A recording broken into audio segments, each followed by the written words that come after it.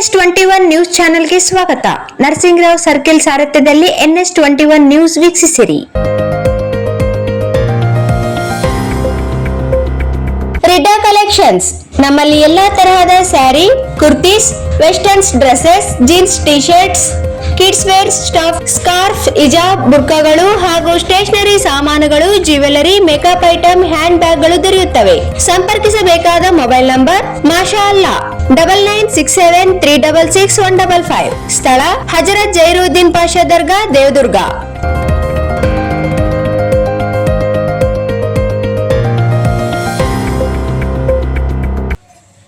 ದೇವದುರ್ಗ ನಗರದ ಹಜರತ್ ಸೈಯದ್ ಶಾ ಜೈರುದ್ದೀನ್ ಪಾಷಾ ಖಾದ್ರಿ ದರ್ಗಾ. ಈ ದರ್ಗಾ ಹಿಂದೂ ಮುಸ್ಲಿಂ ಭಾವೈಕ್ಯತೆಯ ಶಕ್ತಿ ಕೇಂದ್ರವಾಗಿದೆ. ದೇವದುರ್ಗ ನಗರದಲ್ಲಿ ತಾಲೂಕಿನ ಧಾರ್ಮಿಕವಾಗಿ ಪ್ರಮುಖ ಕೇಂದ್ರವಾಗಿದೆ. ಪ್ರಸ್ತುತ ನಗರದಲ್ಲಿ ಆಗಸ್ಟ್ ತಿಂಗಳಲ್ಲಿ 11ನೇ ತಾರೀಕಿನಂದು ಮಂಗಳವಾರ ಗಂಧ ಇರುತ್ತದೆ. ಬುಧವಾರ 12 ದೀಪ ಇದ್ದು ರಾತ್ರಿ ಕವಾಲಿ ಕಾರ್ಯಕ್ರಮ ಇರುತ್ತದೆ. ಗುರುವಾರ 13ರಂದು ಜಿಯಾರತ್ ಮತ್ತು ಜಾತ್ರೆ ಉರುಸಿರುತ್ತದೆ. ಸಮಸ್ತ ಭಕ್ತರು ಸುತ್ತಮುತ್ತಲ ಗ್ರಾಮಸ್ಥರಿಗೂ ದರ್ಗಾದ ವತಿಯಿಂದ ಸೈಯದ್ ರಾಜ್ ಮೊಹಮ್ಮದ್ ನಕ್ಷಬಂದಿ ತಾತನವರು ದರ್ಗಾದ ಸಕಲ ಸದ್ಭಕ್ತರು ಭಾಗವಹಿಸಿ ಶ್ರೀ ಶರಣ ಆಶೀರ್ವಾದ ಪಡೆದು ಪಾವನರಾಗಬೇಕು ಎಂದು ಹಾರ್ದಿಕ ಸ್ವಾಗತ ಕೋರಿರುತ್ತಾರೆ. ಇವರು ಶ್ರೀ ಶರಣ ಹಿಂದೂ ಮುಸ್ಲಿಂ ಭಾವೈಕ್ಯತೆಯ ಸಂಕೇತರಾದ ಹಜರತ್ ಸೈಯದ್ ಶಾ ಜೈರುದ್ದೀನ್ ಖಾದ್ರಿ ಪಾಷಾ ದರ್ಗಾ. ಇವರ ಇತಿಹಾಸ ನಮ್ಮ ಚಾನೆಲ್ಗೆ ವಿವರವಾಗಿ ತಿಳಿಸಿ ದೂರು ಎಂದು ವಿವರವಾಗಿ ತಿಳಿಸಿದರು. ನಮಸ್ಕಾರ, ನಾನು ಸೈಯದ್ ರಾಜ್ ಮೊಹಮ್ಮದ್ ನಕ್ಷಬಂದಿ ಖಾದ್ರಿಯ ಅಂದರೆ ಹಜರತ್ ಸೈಯದ್ ಜಹೀರುದ್ದೀನ್ ಪಾಷಾ ಖಾದ್ರಿ ರಹಮತುಲ್ಲಾ ಅಲಿಯ ವಂಶಸ್ಥ. ಈ ದರ್ಗದ ಪವಾಡ ಬಗ್ಗೆ ನಮ್ಮ ಪೂರ್ವಜರು ಆಗಿನ ಕಾಲದಿಂದ ಹೇಳ್ಕೊಂತ ಬಂದಿದ್ದಾರೆ, ಅದನ್ನೇ ನಾನು ಮುಂದುವರಿಸ್ತಿದ್ದೇನೆ.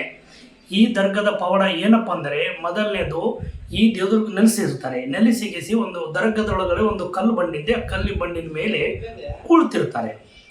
ಅಲ್ಲಿ ಒಂದು ಪವಾಡ ಆಗುತ್ತೆ. ಏನು ಪವಾಡ ಆಗುತ್ತೆ ಅಂದರೆ, ಫಸ್ಟು ದೇವದುರ್ಗದ ಪಕ್ಕದಲ್ಲಿ ಒಂದು 3 ಕಿಲೋಮೀಟರ್ 4 ಕಿಲೋಮೀಟರ್ ದೂರದಲ್ಲಿ ನಗರಗುಂಡ ಎಂಬ ಒಂದು ಊರು ಇರುತ್ತೆ. ಆ ಊರು ಗುಡ್ಡದಲ್ಲಿ ಆ ಕಾಲದಲ್ಲಿ ಯಾವುದೇ ಒಂದು ಪಿಚಾಚಿ ಆ ಊರಿನ ಜನಕ್ಕೆ, ಅಕ್ಕಪಕ್ಕ ಜನಕ್ಕೆ ಸತಾಸೋದು, ಆಮೇಲೆ ಏನೋ ನಾಲಿಗೆಯಿಂದ ತಿನ್ನೋದು, ಆ ಎಲ್ಲ ಕಾರಣ ಇರುತ್ತೆ. ಆವಾಗ ಆ ಊರಿನ ಜನ, ಬೇರೆ ಊರಿನ ಜನ ಬಂದು ತಾತನವರಿಗೆ ಬಿಡ್ಕೊಳ್ಳುತ್ತಾರೆ. ತಾತ, ಇದು ಏನಾದರೂ ಒಂದು ಸಮಸ್ಯೆ ಬಗೆಹರಿಸು, ನಮ್ಮನ್ನು ಬಹಳ ತ್ರಾಸ ಕೊಡುತ್ತಾ ಇದೆ ಈ ಪಿಚಾಚಿ ಅಂದಾಗ ತಾತನವರು ಅದನ್ನು ಸದೆಬಡಿದು ಅದನ್ನು ಅಲ್ಲಿಂದ ಜಾಗ ಖಾಲಿ ಮಾಡಿಸಿ ಅದನ್ನು ಏನೋ ತಮ್ಮ ಶಕ್ತಿಪರ ತೋರಿಸ್ತಾರೆ. ಅಲ್ಲಿ ಒಂದು ಪೌಡ ಆಗುತ್ತೆ. ಮತ್ತು ಆಮೇಲೆ ಒಳಗಡೆ, ದರ್ಗದ ಒಳಗಡೆ ಆ ಕಾಲಕ್ಕೆ ಒಂದು ಬಂಡೆ ಇದೆ. ಅಲ್ಲಿ ರುಬ್ಬ ಬಂಡೆ ಅಂತ ಅದು ಹೆಸರುವಾದ ಬಂಡೆ. ಆ ಬಂಡೆದಲ್ಲಿ ಇಬ್ಬರು ಕುಳಿತಾರೆ. ಯಾರು ಅಂದರೆ ಹಜರತ್ ಸೈಯದ್ ಜಹೀರುದ್ದೀನ್ ಪಾಷಾ ಖಾದ್ರಿ ರಹಮತುಲ್ಲಾ ಅಲೈಹಿ. ಅವ್ರ ಪಕ್ಕದಲ್ಲಿ ಇನ್ನೊಬ್ಬರು ಇದ್ದಾರೆ. ಅವರ ಹೆಸರು ಸೈಯದ್ ಅಬುಲ್ ಹಸನ್, ಹಜರತ್ ಸೈಯದ್ ಅಬುಲ್ ಹಸನ್ ರಹಮತುಲ್ಲಾ ಅಲೈಹಿ. ಅವರಿಬ್ಬರು ಅಲ್ಲಿ ಕುಳಿತಾಗ ಒಬ್ಬ ಹೆಣ್ಮಗಳು, ನಮ್ಮ ದೇವದುರ್ಗ ತಾಲೂಕಿನಲ್ಲಿ ಇನ್ನೊಂದು ಊರಿದೆ, ಅದರ ಹೆಸರು ಈಗ ಚಂದನಕೇರಿ ಎಂಬ ಒಂದು ಊರಿದೆ. ಆ ಚಂದನಕೇರಿಯವರು ಆ ಕಾಲದ ನಾಯಕ್ ಜನಾಂಗದ ಒಬ್ಬ ಮಹಿಳೆ. ನಮ್ಮ ದರ್ಗದ ಹಿಂದೆ ಒಂದು ಮಳ್ಳಿ ಬರುತ್ತೆ, ಆ ಮಳ್ಳಿಯಲ್ಲಿ ಹೊಲ ಇದೆ ಅಂತ ಹೇಳುತ್ತಾರೆ. ಆ ಹೊಲಕ್ಕೆ ಗಂಡ ಕುಂಟಿ ಹೊಡೆಯುವಾಗ ಬೇಸಿಗೆ ಹೊತ್ತಿನಲ್ಲಿ ಗಂಡಗ ನುಚ್ಚು ಮತ್ತು ಮಜ್ಜಿಗೆ ಒಯ್ತಿರ್ತಾಳೆ ಆ ಮಹಿಳೆ. ಆ ಮಹಿಳೆಯನ್ನ ಆ ತಾತನವರು ಬೇಡುತ್ತಾರೆ, ಯಮ್ಮ ಏನು ಒಯ್ತಿದ್ದೀಯಲ್ಲ ಅಂತ. ಏನಿಲ್ಲಪ್ಪ, ನುಜ್ಜುಗು ಮೆಚ್ಚಿಗೆ ನನ್ನ ಗಂಡನ್ನು ಒಯ್ತಿದ್ದೀನಿ ಅಂದಾಗ ಅವಾಗಂತಾರೆ, ನನಗೆ ಬಹಳ ದಾಹ ಆಗಿದೆ, ಸ್ವಲ್ಪ ಕುಡಿಸಿ ಹೋಗುತ್ತೀಯಾ ಅಂದಾಗ ಆ ಮಹಿಳೆ ಆ ತಾತನನ್ನು ಪುಟ್ಟಿ ಇಳಿಸಿ, ಯಪ್ಪ ನೀ ಕೇಳೋದು ಜಾಸ್ತಿ, ನಾ ಕೊಡೋದು ಜಾಸ್ತಿ ಅಂತ ಆ ಮಜ್ಜಿಗೆಯ ಗಡಿಗೆ ತಾತನ ಕೈ ಕೊಡುತ್ತಾಳೆ. ಇಬ್ಬರು ಕುಂತು ಆ ಮಜ್ಜಿಗೆಯನ್ನು ಕುಡಿತಾರೆ. ಕುಡಿದು ಹೇಳ್ತಾರೆ, ಯವ್ವ ಇದು ಹೆಂಗೆ ತಗೊಂಬಂದಿಯ, ಹಂಗೆ ಮತ್ತೆ ಮುಂದಕ್ಕೆ ಒಯ್ಯಿ ಅಂತ ಆ ಪುಟ್ಟಿಯನ್ನು ಒರೆಸಿ ಕಳಿಸ್ತಾರೆ. ಆ ಯಮ್ಮ ತಗೊಂಡು ಗಂಡನ ಬಳಿ ಹೋದಾಗ ಗಂಡ ಕುಂಟಿ ಹೊಡಿತಿರ್ತಾನೆ. ದೂರಲಿಂದ ಗಂಡ ನೋಡುತ್ತಾನೆ, ಆ ಪುಟ್ಟಿಲಿಂದ ಮಜ್ಜಿಗೆ ತುಂಬಿ ತೆಳಗ ಚೆಲ್ಲುತ್ತಿರುತ್ತೆ. ಇದು ಈ ಅಮ್ಮ ನನಗೆ ಮಜ್ಜಿಗೆ ಚೆಲ್ಲಿ ತರ್ತಾಳೆ ಎಂದು ಬಂದು ಗಂಡ ಕೇಳುತ್ತಾನೆ, ಯಾಕ ನೀನು ಮಜ್ಜಿಗೆ ಚೆಲ್ಲಿಕೊಂತ ಬರ್ತೀಯಾ ಅಂದಾಗ, ಅರೆ ನಾನಿಲ್ಲಿ ಮಜ್ಜಿಗೆ ಚೆಲ್ಕೊಂಡು ಬರ್ತಿದ್ದೀನಿ, ಮಜ್ಜಿಗೆ ಇಲ್ಲ ಗಡಿಗೆಯಲ್ಲಿ ಅಂತ ಹೇಳುತ್ತಾಳೆ. ತೆಳಗಿಳಿಸಿ ನೋಡಿದಾಗ ಅದು ತುಂಬಿ ತುಳುಕ್ತಿರುತ್ತೆ. ಹೆಂಗಿದು ಅಂತಂದಾಗ, ನನಗೆ ಗೊತ್ತಿಲ್ಲ, ಯಾರೋ ಒಬ್ಬರು ಶರಣರು ಇಲ್ಲಿ ಬಂಡಿಗೆ ಬರುವಾಗ ದಾರಿಗೆ ಕುಂತಿದ್ದರು. ಆ ಬಂಡಿಗೆ ಕುಂತಾಗ ಆ ಇಬ್ಬರು ಶರಣರು ನನಗೆ ಕೇಳುತ್ತಾರೆ, ನನಗೆ ನೀನು ಸ್ವಲ್ಪ ಮಜ್ಜಿಗೆ ಕುಡಿಸಿ ಅಮ್ಮ ಅಂತ. ನಾನು ಅವರಿಗೆ ಕುಡಿಸಿರುತ್ತೇನೆ. ಆವಾಗ ಆ ಗಂಡ ಸಿಟ್ಟಿಗೆದ್ದು ಕೈಯಲ್ಲಿದ್ದ ಬಾರಕಲ್ಲು ಎತ್ತಿ ಬಡಿಯಲು ಎತ್ತುತ್ತಾನೆ. ಆದರೆ ಆ ಬಾರಕಲ್ಲು ಆ ಎಮ್ಮಗ ಬಡಿಯೋದಿಲ್ಲ, ಅಲ್ಲಿಗೆ ನಿಂತಿರುತ್ತೆ. ಯಾಕಂದರೆ ಅದು ತಾತನ ಪವಾಡದಿಂದ ಅಲ್ಲಿ ನಿಂತು ಬಿಡುತ್ತೆ. ಆವಾಗ ಆ ಬಾರಕಲ್ಲನ್ನು ಎಳೆ ಎಳಿತಾನೆ, ಆ ಬಾರಕಲ್ಲು ಬರೋಲ್ಲ. ಆವಾಗ ತಾತನವರ ಪ್ರತ್ಯಕ್ಷ ಹೋಗಿ ಕೇಳುತ್ತಾರೆ, ಯಾಕೋ ಅಪ್ಪ ಈ ಎಮ್ಮಗೆ ಯಾಕೆ ಹೊಡಿತಿದ್ಯಾ ಅಂತ. ಆವಾಗ ಆತ ಹೇಳ್ತಾನೆ, ನಾ ಎಂಜಲ ಕುಡಿಸಿದ್ದಾಳೆ ನಾನು ಹೆಂಡ್ತಿ ಅಂತ. ಹಂಗಾದರೆ ನೀನು ಎಂಜಲ ಅಂತೀಯ, ನಿನಗೆ ಆಕಿ ಕಂಡರೆ ನೀನು ಒಡಿ ನೋಡೋಣ ಅಂತ ಇಷ್ಟೇ ತಾತನ ಹೇಳ್ತಾರೆ. ಆ ಚಂದ್ರಕೇರಿ ನಾಯಕನ ಎರಡು ಕಣ್ಣುಗಳನ್ನು ಹೋಗುತ್ತವೆ. ಆ ಯಮ್ಮ ರಾತ್ರಿ ಹೋಗಿ ಗಂಡನ ಪರವಾಗಿ ಅಳುತ್ತಾಳೆ, ಕುಂದಿರ್ತಾಳೆ, ನೆನಪು ಮಾಡ್ತಾಳೆ, ಶರಣ ನಾನು ನಿಮ್ಮ ಮಜ್ಜಿಗೆ ಕೊಟ್ಟು ತಪ್ಪಾಯ್ತಾ, ನನ್ನ ಗಂಡನ ಕಣ್ಣೋದು. ಮತ್ತು ಅದೇ ತಾತನವರು ಅದೇ ಶರಣರು ಹೋಗಿ ಹೇಳ್ತಾರೆ, ನಾಳೆ ಬೆಳಗ್ಗೆ ಎದ್ದು ನಿನ್ನ ಗಂಡನ್ನ ಕರ್ಕೊಂಡು ದರ್ಗಕ್ಕೆ ಬಾ, ನಾನು ಹೇಳ್ತೀನಿ ಅಂತಾರೆ. ಇನ್ನು 40 ಹೆಜ್ಜೆ ದೂರಿರಾಗೆ ತಾತನ ಇಬ್ಬರು ನಗುತ್ತಾ ನೋಡ್ತಿರ್ತಾರೆ. ಆಗ ಆತನ ಕಣ್ಣು ಮರಳಿ ಮತ್ತೆ ಬರುತ್ತವೆ. ಅಲ್ಲಿ ಮತ್ತೆ ತಾತನವರ ಪವಾಡ. ಅಲ್ಲಿಂದ ಇಲ್ಲಿ ಹಿಂದೂ ಮುಸ್ಲಿಂ ಎಲ್ಲ ಜನಾಂಗದವರು ನಡ್ಕೊಳ್ತಾರೆ. ಮತ್ತು ಅದೇ ರೀತಿಯಾಗಿ ಮತ್ತೆ ಮುಂದುವರಿಯುತ್ತೆ. ಅಲ್ಲಿ ಮತ್ತೆ ಪವಾಡಗಳ ಮೇಲೆ ಪವಾಡಗಳ ಮೇಲೆ ಆಗುತ್ತಾ ಬರ್ತಾ ಇರ್ತೇವೆ. ಮತ್ತೆ ಒಂದು ದಿನಗಳಲ್ಲಿ ಇಲ್ಲಿ ನಮ್ಮ ದೇವದುರ್ಗ ತಾಲೂಕಿನಲ್ಲಿ ಹಳೆ ಹಬ್ಬ, ಭಾಳ ಪ್ರಸಿದ್ಧವಾದ ಹಳೆ ಹಬ್ಬ.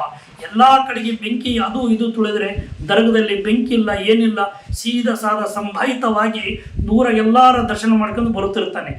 ಆತನ ಸಮಯ ರಾತ್ರಿ 7ನೇ ತಾರೀಕು ರಾತ್ರಿ 2 ಗಂಟೆಗೆ ದರ್ಗದಿಂದ ದರ್ಬಾರ್ವರೆಗೆ ಹೋಗೋದಿರುತ್ತೆ. ಯಾಕಂದರೆ ಅರ್ಧ ದಾರಿಗೆ ಹೋದ್ಮೇಲೆ ಎಣ್ಣೆ ಬೇಕಾಗುತ್ತೆ ಅಂತ. ಆ ಕಾಲಕ್ಕೆ ನಮ್ಮ ಕುಟುಂಬದವರು ಕಟರ್ಕಟ್ಟಿಯಲ್ಲಿ ಒಂದು ಜಾಗದಲ್ಲಿ ಮಣ್ಣಿನ ಗಡಿಗೆ, ಅಂದರೆ ಮಣ್ಣಿನ ಗಡಿಗೆಯಲ್ಲಿ ಎಣ್ಣೆ ತುಂಬಿಟ್ಟಿರುತ್ತಾರೆ. ಆ ಎಣ್ಣೆಯನ್ನು ಅಲ್ಲಿ ಬೇಕಾಗಲಾರ್ದವರು, ದರ್ಗಕ್ಕೆ ನಡ್ಕಲಾರ್ದವರು ನೋಡಮ್ಮ ಇವರಲ್ಲಿ ಎಷ್ಟು ಶಕ್ತಿ ಇದೆ ಅಂತ ಅಜಮಾಯಿಸೋಕ್ಕೋಸ್ಕರ ಆ ಎಣ್ಣೆಯನ್ನು ತೆಗೆದು ಬಚ್ಚಿಡುತ್ತಾರೆ. ಅಲ್ಲಿ ಆ ಸಮಯದಲ್ಲಿ ರಾತ್ರಿ ಎಲ್ಲಿ ಎಣ್ಣೆ ಸಿಗಲ್ಲ. ಆವಾಗ ಹುಡುಕ್ತಾರೆ, ಸಿಗಲ್ಲ. ಮತ್ತೆಲ್ಲ ಜನರು ಕೇಳುತ್ತಾರೆ, ಯಪ್ಪ ಇಲ್ಲಿ ಎಣ್ಣೆ ಇತ್ತು, ಏನು ನೋಡಿದಿರಾ ಅಂತ. ಯಾರು ಹೇಳಲ್ಲ. ಆವಾಗ ಪಕ್ಕದಲ್ಲಿ ಕುಂಬಾರ ಅಂದರೆ ಮಣ್ಣಿನ ಗಡಿಗೆ ಮಾಡುವಂತಕ್ಕಂಥ ಜನಾಂಗ ಅಲ್ಲೇ ಪಕ್ಕದಲ್ಲಿ ಇರುತ್ತಾರೆ. ಅವ್ರ ಬಳಿ ಒಂದು ಗಡಿಗೆ ತಗೊಂಡು ದಾರಿಯಲ್ಲಿ ಬಾಗಮ್ಮನ ಬಾಯಿ, ಅದನ್ನು ಬಗಮ್ಮ ಬಾಯಿ ಅಂತ ಕರೆಯುತ್ತಾರೆ. ಆಗಿನ ಕಾಲಕ್ಕೆ ಅದು ಬಾಗಮ್ಮನ ಬಾಯಿ. ಆ ಬಾಗಮ್ಮಗೆ ಹೇಳಿದ್ದೀನಿ, ನೀರು ಇಸ್ಕೊಂಬ ಹೋಗು ಅಂತ ಒಬ್ಬರನ್ನ ಕಳಿಸ್ತಾರೆ. ಹೋಗಿ ಮಡಲ ಬಟ್ಟಿಲೆ ಒಂದು ಗಡಿಗೆ ನೀರು ತಂದು ಮುಂದೆ ಇಡುತ್ತಾರೆ.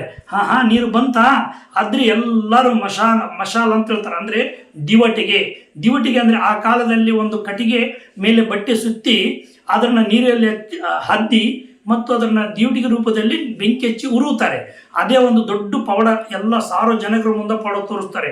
ಅದೇ ರೀತಿ ಮತ್ತೆ ತಿರುಗಿ ಮರುದಿನ 2ನೇ ದಿನ ಮತ್ತೆ ಅದೇ ಕಟ್ಟೆಯಲ್ಲಿ ಹೋಗಿ ಕೇಳುತ್ತಾರೆ, ಏನು ಇಲ್ಲಿ ಎಣ್ಣೆ ಯಾರನ್ನು ಕಳುವು ಮಾಡಿದಾರಾ ಅಂತ. ಯಾರು ಹೇಳಲ್ಲ. ಆವಾಗ ಅದೇ ತಾತನವ್ರ ಥರ ನೋಡಿ, ಎಲ್ಲರೂ ಕೂಡ ಮಜಾಕ್ ಮಾಡ್ಬೋದು, ಶರಣರಿಗೂ ಮಜಾಕ್ ಮಾಡೋದು ಚೊಲ್ಲಲ್ಲ ಅಂತ ಹೇಳಿ ಬಂದ್ಮ್ಯಾಗ ಅದು ಕೆಲವೊಂದು ಹುಡುಗರು ತಗೊಂಡವರು ಪಶ್ಚಾತ್ತಾಪ ಪಡ್ತಾರೆ, ಬಂದು ಆಮೇಲೆ ಕ್ಷಮೆ ಕೇಳುತ್ತಾರೆ. ಆಮೇಲೆ ಅಲ್ಲಿಂದ ಇಲ್ಲಿವರೆಗೆ ಈ ತಾತನ ಪವಾಡ ನಡೆಯುತ್ತಲೇ ಬರುತ್ತೆ.